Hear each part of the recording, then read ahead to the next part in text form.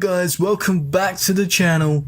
This is Pure Wrestling. On today's show I'm giving you official SmackDown Live review and results. I'm going to go through the show, give you a rating at the end, and ask you to comment down below. So if you can, please comment down below what you thought of SmackDown Live this week. If you have already missed my Monday Night Raw review, go ahead and check it out. There'll be a link in the description, and at the end of the video on my thumbnail there'll be an annotation there for you guys. Also a lot of other stuff on the channel obviously you can go and check out. Obviously this week I'm going to do NXT tomorrow, so stay tuned for that, for the review, and also I'm going to be doing some news and rumours this week and maybe a top 10 for you guys. So stay tuned to this channel, subscribe if you aren't already and you're new here. There's a lot coming to this channel. This is Pure Wrestling. Basically guys, I'm just going to go straight into it, but if you do enjoy this video, just smash that thumbs up and let me know I'm doing a good job, and we go straight into the SmackDown Live review and results. So obviously we come from Monday Night Raw, where obviously SmackDown had taken over Monday Night Raw's roster. So I was most people were expecting obviously Monday Night Raw to take over SmackDown Live this week. I didn't. The reason why is because they didn't want to rush it too much. This build has got to last a couple of weeks still till we get Survivor Series, so the right thing to do was to hold it out, and that is what they did. They didn't have Monday Night Raw come over and take everybody out like they did, which was very unique, very good, and very good booking if I'm honest. But what we did start off with was Shane McMahon in the ring, and basically he was confronted by Sami Zayn. He come down and basically said that he explained how he planned the invasion on Raw. Then Sami Zayn basically come out before he could even finish, and he tried to ease things between them and basically say that basically no hard feelings. Shane McMahon rejects that, basically said there is hard feelings, you got involved sort of thing, but that's not to worry about now. We move on to something else, which is Survivor Series. But basically, Sami Zayn offers his and Kevin Owens' services at Survivor Series, wants to be on Team SmackDown for that 5-on-5 men's match. But Shane McMahon told him if he wants to be in the match, he would have to defeat Randy Orton in order to make the team.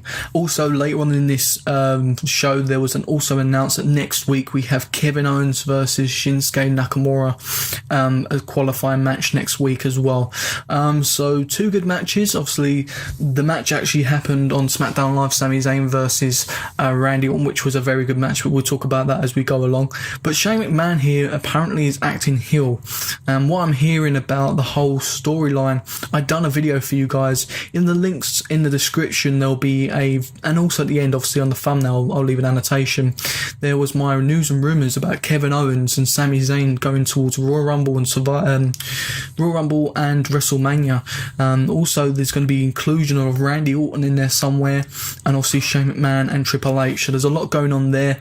There'll be a news and rumours video down there for you guys, and also at the end of the video, so stay tuned for that. The match is announced, and we have Chad Gable and Shelton Benjamin going up against New Day. I was super excited for this. Also, we had the Usos on the mic, obviously on the commentary, sorry. I was expecting the Usos to get involved in this match. I was expecting them to get Shelton and Chad back. Didn't seem to work out that way, and it seemed to be a botched finish if I'm honest. I don't understand what happened. Basically, Xavier Woods basically went up against the ropes, and it looked to be that I think it was Chad kicked him in the back, and he was basically pinned 1, 2, 3. It seemed to be a finger, but apparently it says on here it was a kick to the back of the head. But to me it looked like it was on his back. It just looked like a botched finish. It looked too easy, too stupid to be conceded, especially Xavier Woods, a good professional in the New Day. But overall, before all that, it was a great match. I was looking forward to see what happened here. I was expecting the Usos to get involved, maybe have a DQ or something, or maybe even just leave it until Chad and Shelton won and have them basically get involved. But it didn't seem to be that way.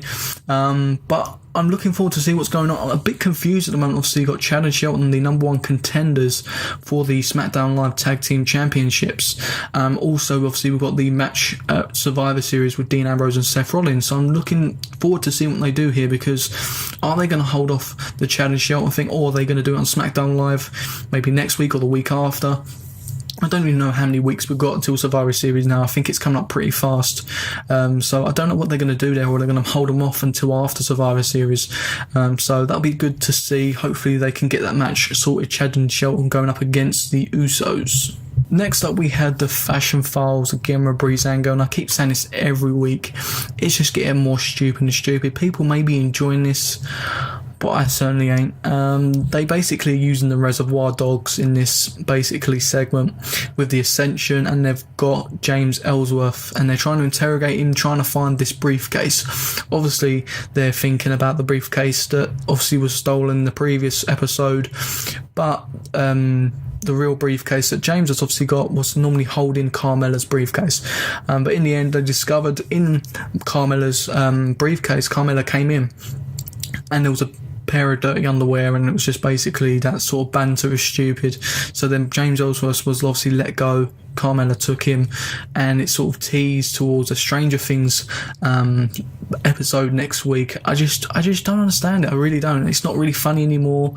I just feel like it's a waste for these two tag teams, and especially obviously Carmella was in this one as well. So I just don't see where they're going with this.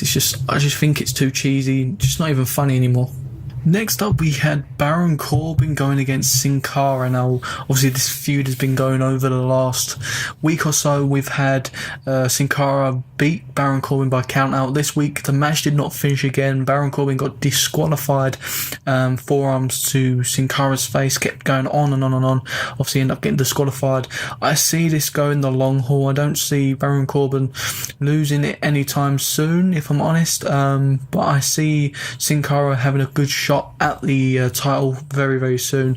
I don't mind seeing Sin Cara. I think Sin Cara was obviously underused, and obviously had problems backstage a little while ago. I can't remember if it was Simon Gotch or Chris Jericho.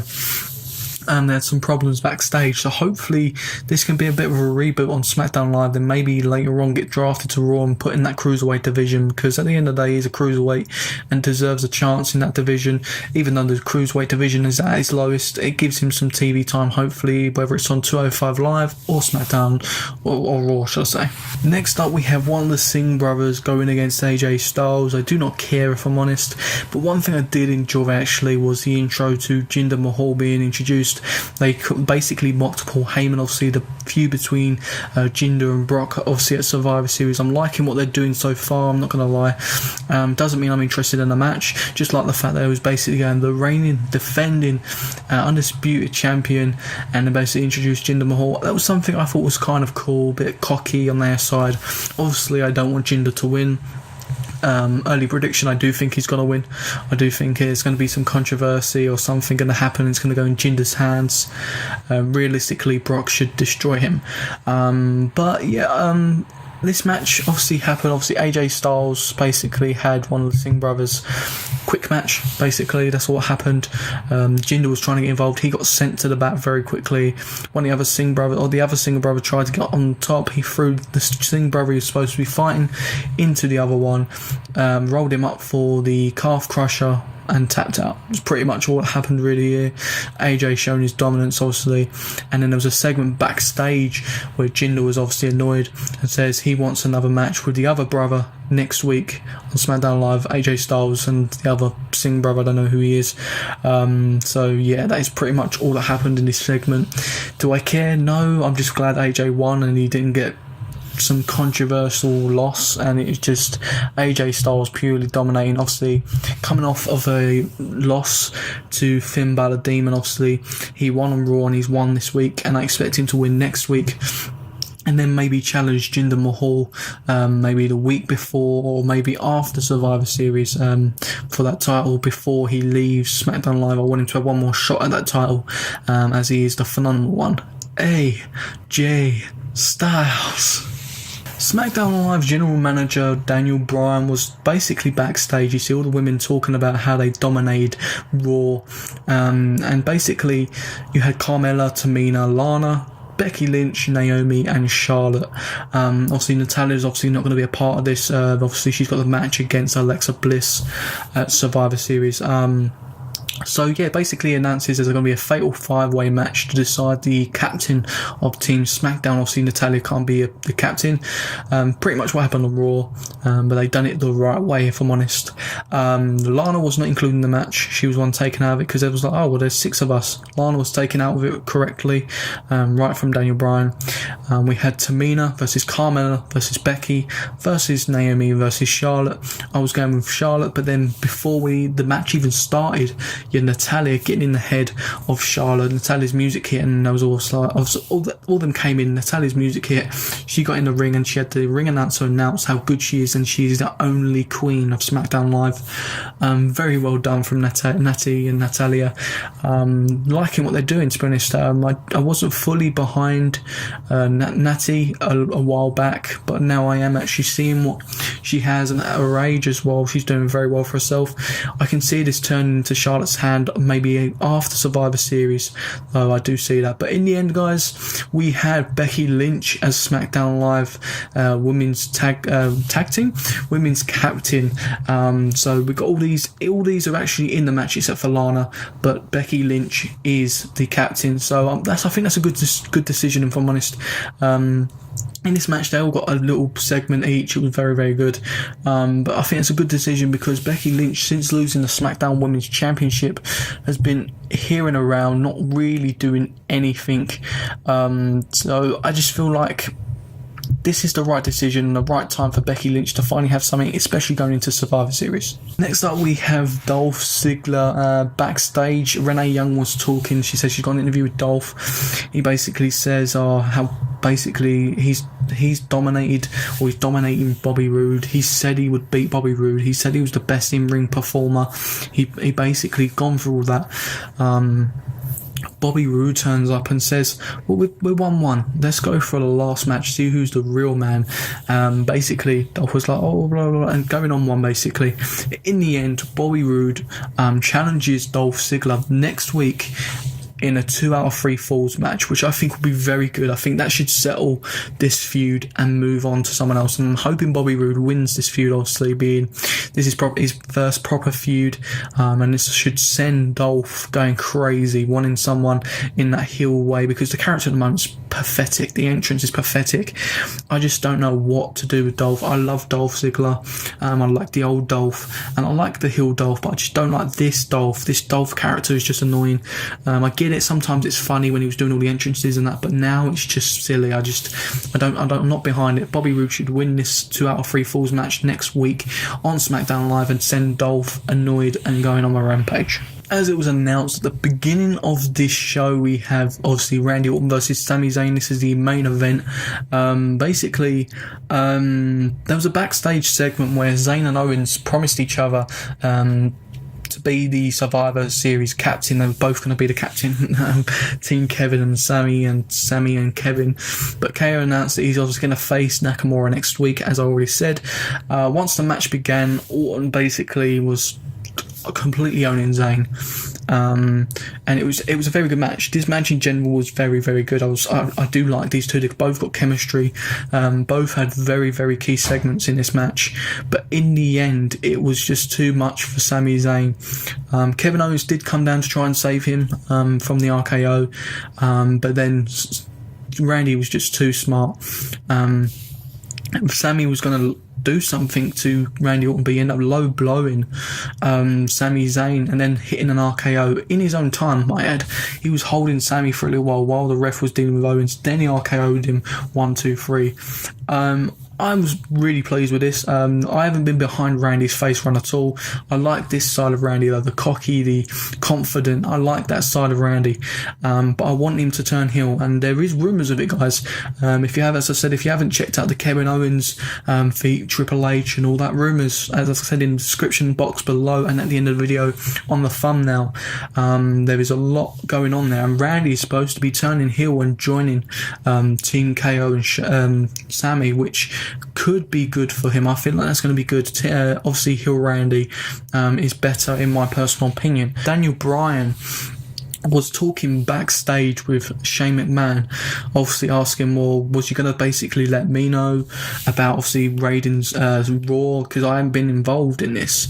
So Shane's going behind his back and he said, well, he is the director, the main guy above GM for SmackDown Live. He needs to make sometimes his own decisions. So it seems to be they're going out a little bit. And at the end, we had another segment with them too backstage saying, well, Raw did not come today, but they will come very soon. And that's your job, Shane. You have to sort it out, basically. So Daniel Bryan, very, very good ending to SmackDown Live this week. But yeah, I'm looking forward to seeing SmackDown next week. I feel like it's going to be next week that we see Raw invade SmackDown. I'm looking forward to see what they do. Hopefully they send some of their big guys over. I'm hoping a little bit of fantasy booking here. I'm hoping that Samoa Joe is back. They send Strowman and Joe in to dominate AJ Styles, send in Strowman, and you send Samoa Joe to maybe put Shane asleep or something like that. That would be very, very cool. That's what I want to see. That's just me. I like Samoa Joe and I love Braun Strowman as well. So yeah, that is it, guys. That is pretty much what happened on SmackDown Live. Your official rating I'm going to give it is a 6 out of 10, only 0.5 under what Raw was. The reason why was obviously the SmackDown invasion, which boosted Raw. But this week, an okay, well, just above average SmackDown. I didn't think it was amazing, but it was okay. So that is it, guys. That is your official SmackDown Live review and results with a rating. I hope you enjoyed this video. Smash that thumbs up, let me know I'm doing a great job. Comment down below your thoughts on SmackDown Live with a rating, and also don't forget to subscribe to This Is Pure Wrestling. Tomorrow we've got NXT review coming up for you guys. Obviously this week I'm going to do maybe some news and rumours show, and also a top 10 this week as well, or a top 5. I'll let you guys know. So that is it, guys. Yeah, smash the thumbs up, subscribe, hit the notification bell for all the notifications. In the description down below, links to social media where you can contact me outside of YouTube, and also links down there towards past videos and great videos, also Raw's review yesterday if you've missed it. And don't forget, guys, we'll see you on the next video of This Is Pure Wrestling.